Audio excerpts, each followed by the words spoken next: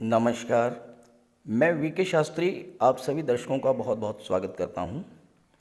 मैं आप सभी का बहुत आभारी हूं इस बात के लिए कि आप में से ही किसी एक दर्शक ने कमेंट करके मुझे अवगत कराया कि आपकी वीडियोस की कॉपी आ गई है यूट्यूब पर। मैंने जब देखा तो पाया कि वीडियो का कंटेंट, थंबनेल सब कुछ कॉपी किया गया है।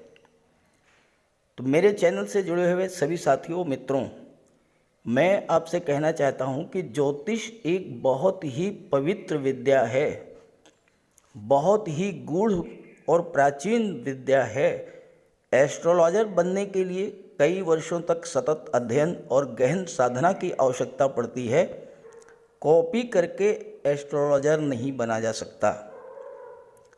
केवल धन कमाने के उद्देश्य से किसी कंटेंट को कॉपी करके आपके सामने प्रस्तुत करना ज्योतिष जैसी पवित्र विद्या का अपमान है। ज्योतिष जन कल्याण की विद्या है, ना कि धन कमाने का टूल। बहुत से लोगों ने कमेंट बॉक्स में अपने नंबर देकर आपको चीट करने का भी प्रयास किया है। कृपया ऐसे सभी लोगों से सावधान रहें और दूरी बनाकर रखें। दूसरी बात, मैं प्रतिदिन 7 बजे से 9 बजे के बीच आपकी समस्याओं के समाधान के लिए उपलब्ध रहूँगा, रविवार को छोड़कर। लेकिन आपसे अनुरोध है कि केवल व्हाट्सएप पर अपनी समस्याएं रखें, फ़ोन कॉल ना करें। अब यहाँ एक समस्या ये भी आ सकती है कि बहुत सारे दर्शकों के प्रश्न अनुत्तरित रह जाएं। उसके लिए मैं आपसे कहना चाहता हूँ कि मैं अपने वीडियोज़ में कुंडली के माध्यम से जो बातें आपको समझाता हूँ, अगर आपने ध्यान से समझ लिया तो आपकी बहुत सी समस्याओं का समाधान तो आपको मेरे वीडियो से ही मिल जाएगा। तो मेरे वीडियोस को भी देखते रहिए, हो सकता है आपकी किसी न किसी समस्या का समाधान किसी न किसी वीडियो में ज़रूर मिल जाएगा। अब आइए बात करते हैं आज के वीडियो पर। पराक्रम, साहस, शौर्य और ऊर्जा के कारक मंगल 13 मार्च 2023 को मिथुन राशि में गोचर कर चुके हैं। मिथुन राशि मंगल के शत्रु बुध की राशि है और यहाँ पर मंगल बहुत अच्छा महसूस नहीं करते हैं। लेकिन इस गोचर की सबसे अच्छी बड़ी बात यह है कि मंगल और शनि एक दूसरे से त्रिकोण पर होंगे, एक दूसरे को एक्टिवेट करेंगे। और सबसे अच्छी बात यह है कि शनि उदित हो चुके होंगे और इस तरह 10 मई तक मंगल और शनि त्रिकोण पर रहते हुए अपने अपने कारक तत्वों से संबंधित फल आपको प्रदान करेंगे। तो मंगल के राशि परिवर्तन का आपके जीवन पर क्या प्रभाव पड़ेगा, इसी का विश्लेषण करेंगे इस वीडियो में। लेकिन उससे पहले ये समझेंगे कि मंगल क्या है, क्योंकि जब हम मंगल को नहीं समझेंगे तो मंगल के राशि परिवर्तन के प्रभाव को भी नहीं समझ पाएंगे। फिर बात करेंगे वृश्चिक राशि के जातकों के जीवन पर मंगल के राशि परिवर्तन के प्रभाव के बारे में।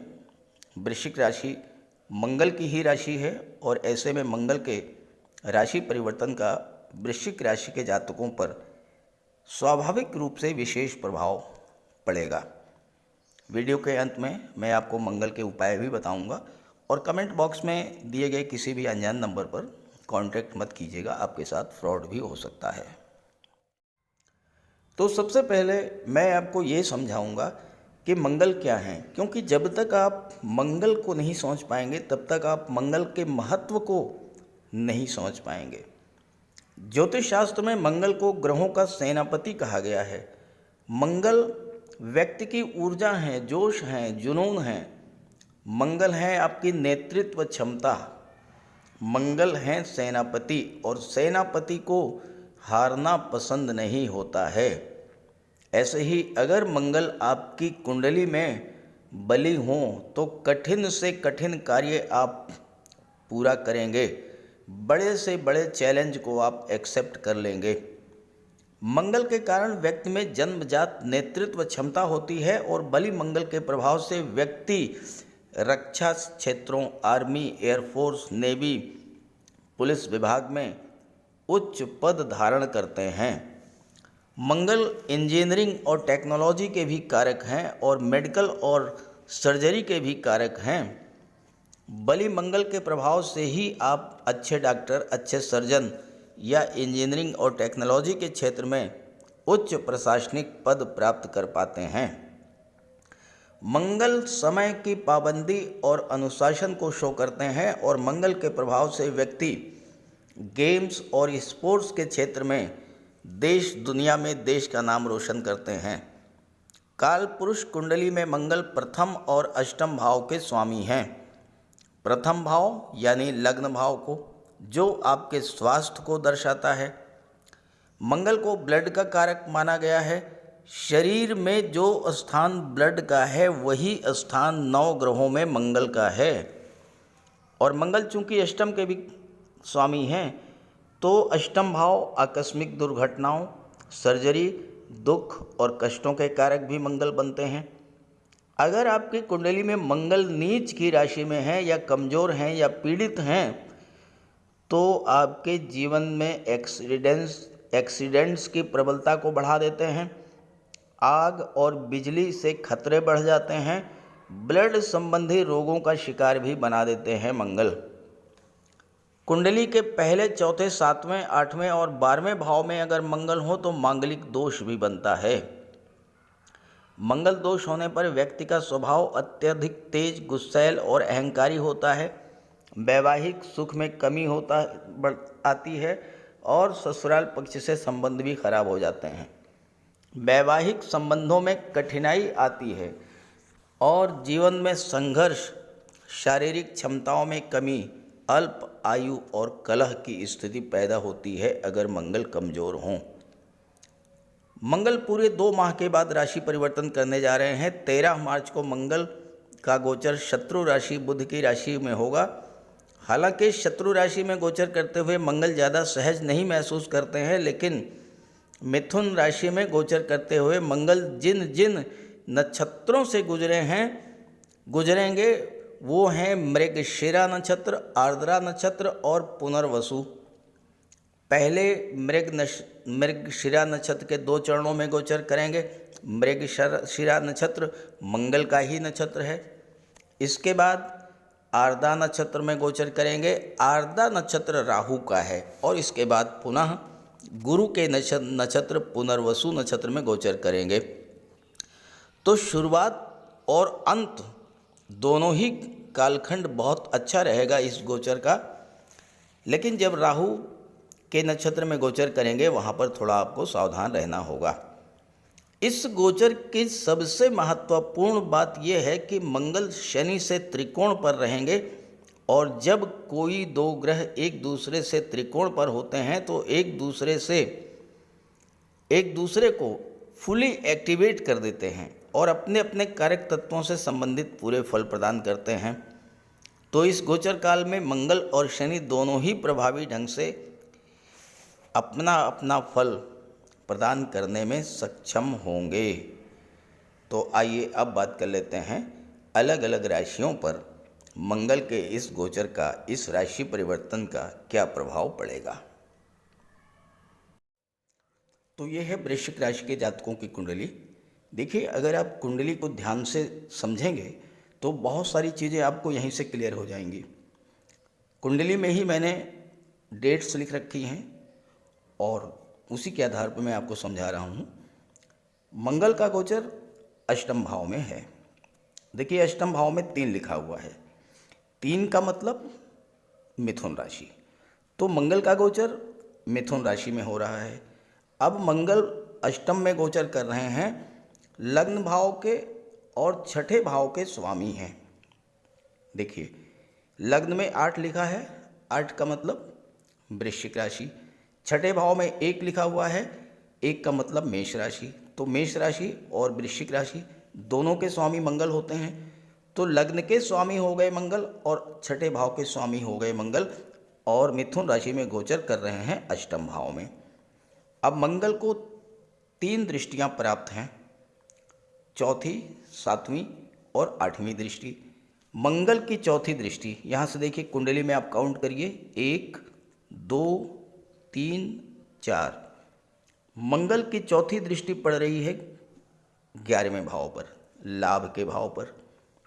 अब आप मंगल की सप्तम दृष्टि देखिए, 1 2 3 4 5 6 7। तो मंगल की सप्तम दृष्टि पड़ रही है धन के भाव पर, और इसके स्वामी कौन है? देवगुरु। 9 लिखा हुआ है यहाँ पर, 9 का मतलब धनु राशि, धनु राशि के स्वामी देवगुरु बृहस्पति। और मंगल की अष्टम दृष्टि पड़ रही है पराक्रम भाव पर। अब मंगल 13 मार्च से 10 मई 2023 तक अष्टम भाव में ही गोचर करेंगे। मैंने लग्न भाव में ही लिख दिया है 13 मार्च से 10 मई। अब मंगल के साथ साथ और भी ग्रह हैं जो आपके जीवन को प्रभावित करेंगे। तो शनि यहाँ पर चतुर्थ भाव में कुंभ राशि में है। देखिए चतुर्थ भाव में 11 लिखा हुआ है, 11 का मतलब कुंभ राशि। तो शनि अपनी ही मूल त्रिकोण राशि में गोचर कर रहे हैं। चौथा भाव केंद्र का भाव होता है, और चौथे भाव में शनि शश राजयोग बना रहे हैं। शनि मंगल से त्रिकोण पर हैं। देखिए आप शनि से काउंट कीजिए, 1 2 3 4 और 5। शनि से मंगल 5वें भाव पर हैं, और मंगल से जब आप काउंट करेंगे तो शनि 9वें भाव पर हो गए। तो इस तरह से शनि और मंगल त्रिकोण पर हो गए, और जब दो ग्रह त्रिकोण पर होते हैं तो एक दूसरे को एक्टिवेट करते हैं। अब सूर्य को देखिए, ये सूर्य पंचम भाव में है, 14 अप्रैल को छठे भाव में आ जाएंगे। यहाँ देखिए मैंने सूर्य के सामने 14 अप्रैल लिखा हुआ है। 14 अप्रैल को सूर्य पंचम से छठे में आ जाएंगे। गुरु 21 अप्रैल को पंचम से छठे में आ जाएंगे। यहाँ लिखा है एरो के ऊपर 21/4। तो इन सब का सम्मिलित प्रभाव क्या पड़ेगा, इसी का विश्लेषण करेंगे। लेकिन आगे बढ़ने से पहले मैं आपको ये समझाऊंगा कि पिछले 4 महीने आपके जीवन में क्या क्या समस्याएं मंगल के कारण आई होंगी और क्यों आई होंगी। देखिए 13 नवंबर, मैंने डेट लिख दिया है आपकी कुंडली पर, 13 नवंबर को मंगल का गोचर कुंडली के सप्तम भाव में था। सप्तम भाव में 2 लिखा हुआ है, 2 का मतलब वृषभ राशि। तो मंगल का गोचर वृषभ राशि में शुक्र की राशि में था, और 13 नवंबर से 13 मार्च पूरे 4 माह तक मंगल का गोचर सप्तम में ही था। अब यहाँ पर मंगल सप्तम भाव में ही वक्री हो गए, वक्री से फिर मार्गी हो गए, और शुक्र की राशि में मंगल बहुत अच्छा फील नहीं करते हैं। तो अगर आपकी जन्म कुंडली में मंगल कमज़ोर स्थिति में रहे होंगे या पीड़ित रहे होंगे, किसी पाप ग्रह की दृष्टि पड़ी होगी या अंशबल से कमज़ोर रहे होंगे, तो कोई ना कोई अशुभ प्रभाव आप पर जरूर पड़ा होगा। अब क्या अशुभ प्रभाव पड़ा होगा? पहली बात तो कि मंगल की दृष्टि आपके लग्न पर पड़ रही है। देखिए सप्तम में बैठे हैं और लग्न पर दृष्टि पड़ रही है। लग्न भाव आपका स्वास्थ्य होता है, आपका व्यक्तित्व होता है, आपका साहस, आपकी ऊर्जा, आपकी कार्य करने की क्षमता, कार्य करने की शैली, ये सब शो करता है लग्न का भाव। जब मंगल का गोचर सप्तम में होते हुए मंगल की दृष्टि लग्न पर पड़ी तो स्वास्थ्य खराब हुआ होगा। चोट चपेट, एक्सीडेंट्स होना, हाई ब्लड प्रेशर की समस्या, बार बार बुखार आना, गुर्दे में पथरी, और इसके अलावा पीड़ित मंगल के कारण गर्भवती माताओं को भी विशेष कष्ट हुआ होगा। अब यहाँ मंगल की चौथी दृष्टि दशम भाव पर पड़ रही है। देखिए 1 2 3 4, चौथी दृष्टि दशम पर। दशम पर चौथी दृष्टि पड़ने से, दशम क्या होता है? आपका कार्य क्षेत्र होता है। कैरियर स्टेबिलिटी को हम दशम भाव से देखते हैं। कार्य क्षेत्र में मजबूती रही या कार्य क्षेत्र में उठापटक होती रही, अप डाउन्स होते रहे, ये हम दशम से देखते हैं। मंगल की दृष्टि दशम भाव पर पड़ी और मंगल कमज़ोर हुए तो कैरियर में स्टेबिलिटी की प्रॉब्लम आई होगी, या तो व्यापार में नुकसान हुआ होगा, या आपको बार बार नौकरी बदलनी पड़ी होगी, या नौकरी में व्यापार में आपका मन नहीं लगा होगा, या फिर आप जो भी काम कर रहे थे उस समय तमाम तरह के अप डाउन्स हुए होंगे। मंगल सप्तम में, और सप्तम भाव होता है दाम्पत्य सुखों का। जब मंगल कमज़ोर हुए तो व्यक्ति को कमज़ोर बना देते हैं। जब व्यक्ति कमज़ोर होता है तो उसे क्रोध बहुत आता है। और आप देखिए कि मंगल की नवम दृष्टि, अष्टम दृष्टि जो है वो सेकंड हाउस पर पड़ रही है। देखिए, एक यहाँ से देखिए, ये 7वां हो गया, ये 8वां हो गया, द्वितीय भाव में मंगल की दृष्टि पड़ रही है। अब ये जो दूसरा भाव है ये वाणी का होता है। जब मंगल पीड़ित हुए तो आपकी वाणी में क्रोध, आपकी वाणी में उग्रता, बेला वजह के झगड़े और कोर्ट कचहरी का चक्कर, ये सब समस्याएं आपके साथ आई होंगी। और अगर ऐसा हुआ हो तो ज़रूर कमेंट करके बताइएगा। अब मंगल अष्टम में आ चुके हैं 13 मार्च को, तो आइए इसके प्रभाव के बारे में चर्चा कर लेते हैं। अब बात करते हैं 13 मार्च से 10 मई के बीच घटने वाली घटनाओं के बारे में। देखिए, मंगल छठे भाव के स्वामी और आपके लग्न के स्वामी हो करके अष्टम में गोचर कर रहे हैं। देखिए, छठे भाव में एक लिखा है, एक का मतलब मेष राशि, मेष राशि के स्वामी मंगल, तो छठे भाव के स्वामी मंगल 8वें में गोचर कर रहे हैं। लग्न में 8 लिखा हुआ है, 8 का मतलब वृश्चिक राशि, वृश्चिक राशि के स्वामी मंगल, तो लग्न के स्वामी अष्टम में गोचर कर रहे हैं। छठे भाव का स्वामी अष्टम में, अष्टम भाव क्या है? कष्टों का, पीड़ा का, अचानक से घटित होने वाली घटनाओं का। और छठा भाव क्या है?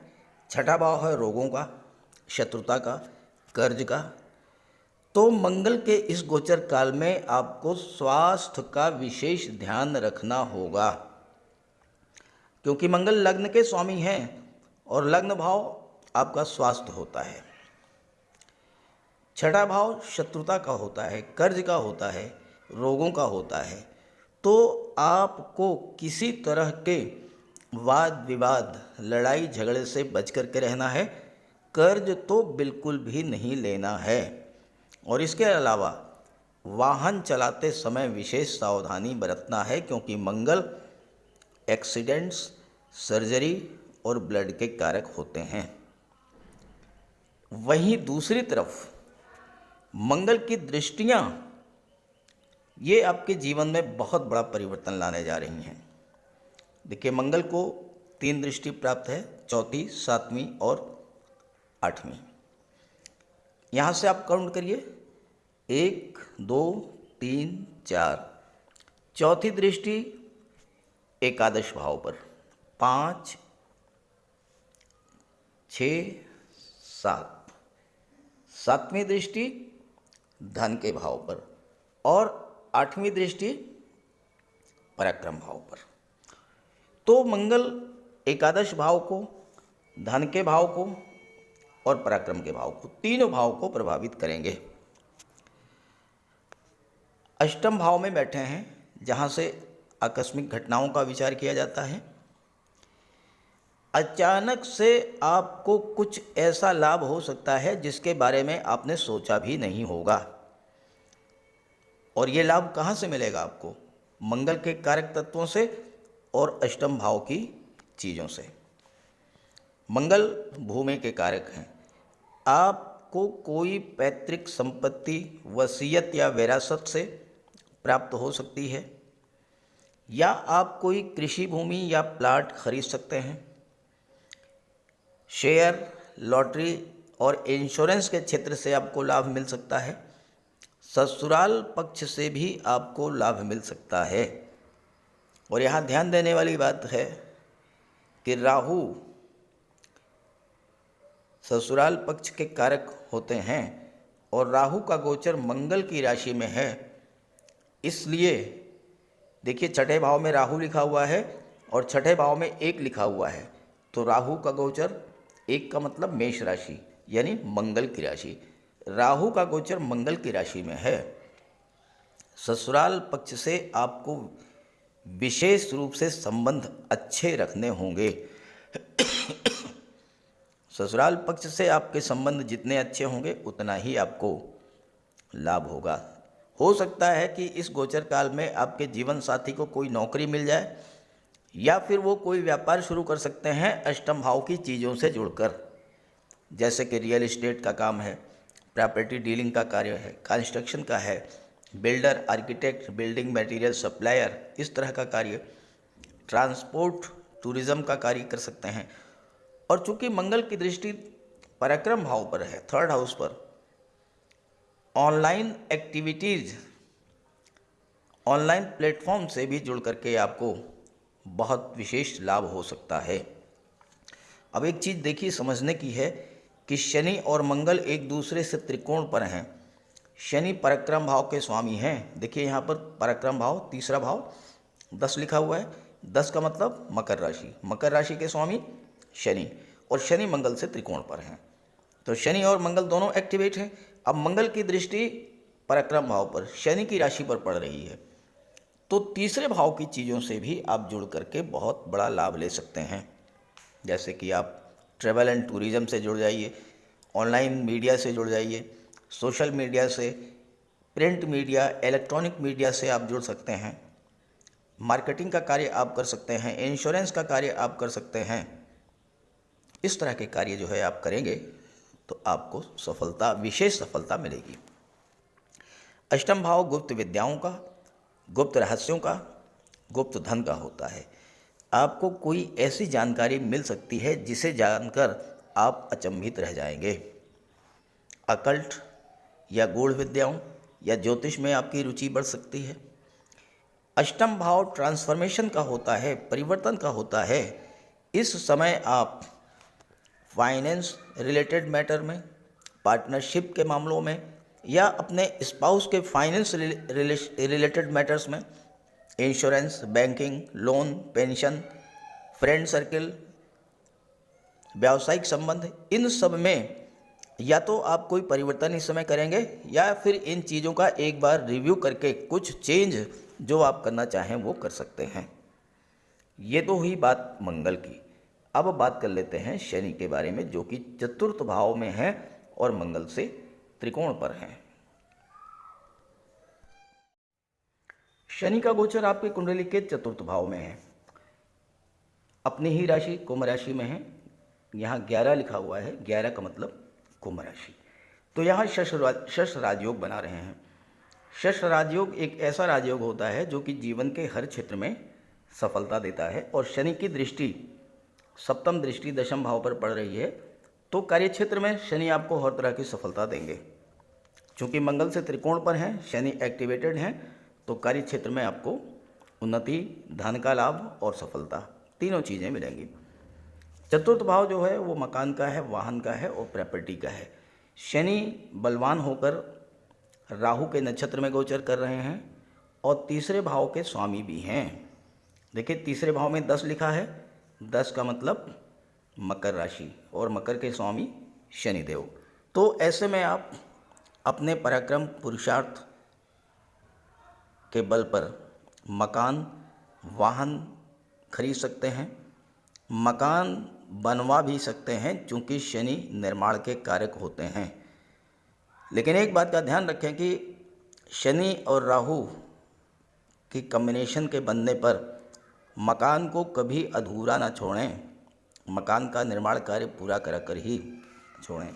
अगर आप बिल्डर हैं, कोई बड़ा प्रोजेक्ट आपको मिल सकता है, कोई कॉलोनी, कोई मल्टी स्टोरी बिल्डिंग का प्रोजेक्ट आपको मिल सकता है। रियल एस्टेट से जुड़े हैं, प्रॉपर्टी खरीदने और बेचने का काम करते हैं, तो आपको बहुत बड़ा लाभ मिल सकता है। प्रॉपर्टी डीलिंग के मामले में कोई ऐसी डील मिल सकती है जिससे आपको मोटा मुनाफा हो जाए। चतुर्थ भाव माता का होता है। अगर आप अपने परिवार परिजनों के साथ मदरली केयर का भाव नहीं रखेंगे तो तनाव बढ़ेगा। परिजनों परिवार के साथ माता जैसा व्यवहार आपको जीवन में बुलंदियों पर ले जाएगा, लेकिन अगर आपने परिजनों परिवार की उपेक्षा की तो नुकसान भी होगा। चतुर्थ भाव के स्वामी चंद्रमा होते हैं। देखिए, कालपुरुष कुंडली की बात कर रहा हूँ। कालपुरुष कुंडली में पहला भाव मेष राशि, दूसरा भाव वृषभ राशि, तीसरा भाव मिथुन राशि और चौथा भाव कर्क राशि का होता है। यहाँ तो संख्याएं जो लिखी हुई हैं 8, 9, 10 और 11, ये तो वृश्चिक राशि के हिसाब से लिखी हुई हैं, लेकिन कालपुरुष कुंडली की बात करें तो कालपुरुष कुंडली में चौथा भाव चंद्रमा का कर्क राशि का होता है और चौथे भाव के स्वामी चंद्रमा होते हैं। चंद्रमा मन के कारक होते हैं। आपका मन भावुक होगा, छोटी छोटी समस्याओं से आप बहुत जल्द घबरा जाएंगे। अगर आपने धैर्य नहीं रखा तो राहु आपकी घबराहट और चिंता को बहुत अधिक बढ़ा भी देंगे। फिर आप डिप्रेशन की स्थिति में भी जा सकते हैं, क्योंकि शनि की तीसरी दृष्टि छठे भाव पर है। देखिए, 1, 2 और 3 छठे भाव पर शनि की दृष्टि है। छठा भाव रोगों का होता है। तो आपको ऐसे में घबराना नहीं है, धैर्य रखना है। कर्ज तो बिल्कुल भी नहीं लेना है, क्योंकि आप पर शनि की ढैया भी प्रभावी है। शनि कर्म के कारक होते हैं। छठा भाव नौकरी का होता है, कंपटीशंस का होता है और इसके स्वामी मंगल हैं।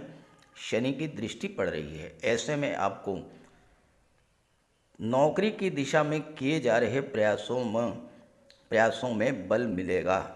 खास करके अगर आप डिफेंस सर्विसेज में जाना चाहते हैं, पुलिस विभाग में जाना चाहते हैं, मेडिकल और सर्जरी के क्षेत्र में जाना चाहते हैं, तो वहाँ आपके लिए सफलताओं के द्वार खुले हुए मिलेंगे। और यहाँ पर 14 अप्रैल को सूर्य आ जाएंगे। शनि की दृष्टि सूर्य पर पड़ेगी। शनि सूर्य का संबंध जब बनता है तो ये प्रशासनिक सेवाओं में और राजनीति के क्षेत्र में उच्च स्तर की सफलता देने वाला होता है। तो अगर आप IAS, IPS, सिविल सर्विसेज में एफर्ट कर रहे हैं, प्रयासरत हैं, तो वहाँ भी आपको सफलता मिलेगी। लेकिन इस पूरे गोचर काल में मंगल का कोई अशुभ प्रभाव आप पर ना पड़े, मंगल के गोचर का पूरा लाभ आपको मिले, तो आप मंगल का उपाय जरूर कीजिएगा। बात करते हैं मंगल के उपायों पर। मंगल का सबसे बड़ा उपाय है बजरंगबली की उपासना करना। आप बजरंगबली की उपासना कीजिए, बजरंगबली के मंदिर में जाइए, उनके चरणों का सिंदूर अपने मस्तक पर धारण कीजिए, साथ ही साथ हनुमान चालीसा का पाठ कीजिए, बजरंग बाण का पाठ कीजिए। मंगलवार के दिन अगर आप व्रत रख सकें तो मंगलवार का व्रत रखिए। साथ ही साथ हनुमान जी को चोला चढ़ाइए। मंगलवार के दिन स्नान करने के जल में लाल चंदन या लाल पुष्प डालकर स्नान करें। स्नान करने के बाद लाल रंग के वस्त्र धारण करें। अगर नहीं कर सकते हैं लाल रंग के वस्त्र धारण, तो कम से कम एक लाल रुमाल अपनी जेब में जरूर रखें। मंगलवार के दिन मंदिर में जाएं, बजरंगबली के लड्डू का भोग लगाएं और गरीबों में बांट दें। घर की दक्षिण पश्चिम दीवार पर उड़ते हुए हनुमान जी का चित्र लगाएं। साथ ही साथ गरीबों में लाल वस्त्र, मसूर, गुड़, लाल चंदन, मिठाई, लड्डू, बताशे, रेवड़ी, ये सब बांटिए। मस्तक पर लाल चंदन का टीका लगाएं या हनुमान जी के चरणों का सिंदूर लगाएं। मंगलवार के दिन बंदरों को गुड़ और चना खिलाएं। बहते हुए जल में लाल पुष्प, तिल या गुड़ प्रवाहित करें और जेब में एक तांबे का सिक्का रखें। साथ ही साथ अगर आप मंगल के ये उपाय कर लेते हैं तो राहु भी नियंत्रित हो जाएंगे और शनि भी नियंत्रित हो जाएंगे, क्योंकि बजरंग बली की उपासना करने से राहु, मंगल और शनिदेव तीनों का ही उपाय हो जाता है। इसके अलावा एक चांदी की छोटी सी ठोस गोली चाहे आप जेब में रखें या चेन में पहन लें या ब्रेसलेट में लगा लें। अपने बैग में मोरपंख रखें और घर में भी मोरपंख लगा लें, मेन डोर पर, कार्यस्थल पर भी मोरपंख रखें, तो इससे राहु आपको परेशान नहीं कर पाएंगे। तो ये सब उपाय बहुत आसान हैं। सुंदरकांड का पाठ कीजिए, बजरंग बाण का पाठ कीजिए, हनुमान चालीसा का पाठ कीजिए। ऐसा कोई उपाय नहीं है जो आप नहीं कर सकते, और आप इन उपायों को कीजिए, फिर देखिए आपको कितना बड़ा लाभ मिलता है। नमस्कार।